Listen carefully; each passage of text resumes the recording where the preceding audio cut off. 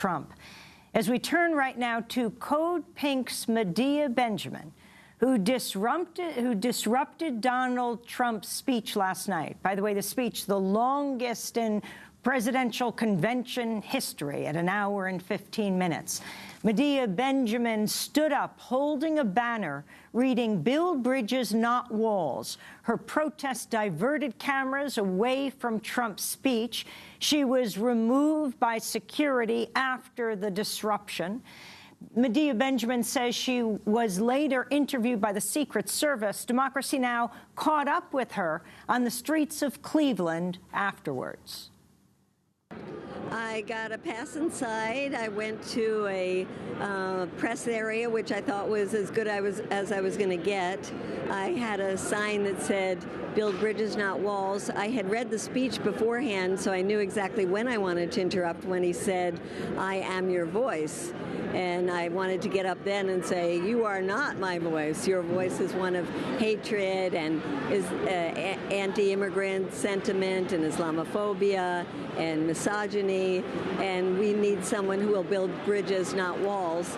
And there was a lot of tussling going on with the people next to me who were grabbing my sign and trying to pull me down, and there were all kinds of people around me doing various things. At one point, I know my legs were in the air, and I just kept speaking out that Donald Trump is dangerous for this country and dangerous for the world.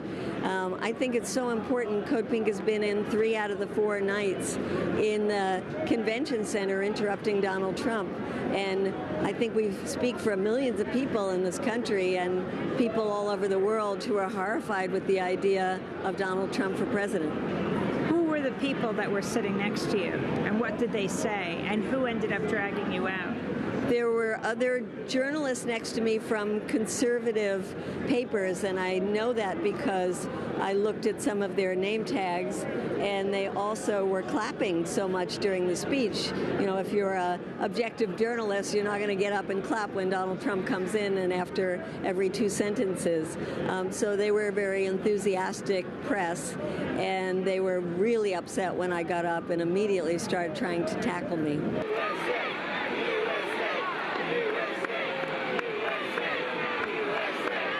You got an early transcript of the speech. Did anything surprise you in it? Well, I found it interesting that before Donald came on, there's a Republican gay businessman. There were people who talked about gay rights, and Ivanka was really focusing on women's rights and how great her father was for women. And I think Donald Trump, in the beginning of the speech, tried to come across as somebody who would unite this country. And of course, it's all about how he's a great builder. And then he got, at one point, very negative. And his talk about how we are besieged by immigrants who are coming across our border and then murdering people is such a horrible thing to be focusing on when 99% of the immigrants are peaceful, hardworking people who've contributed so much to the society.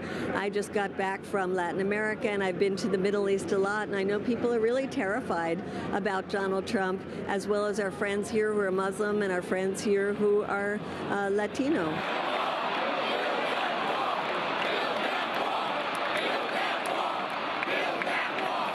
When he starts in his rhetoric and people start yelling, "Build that wall, build that wall," that's a very scary thing.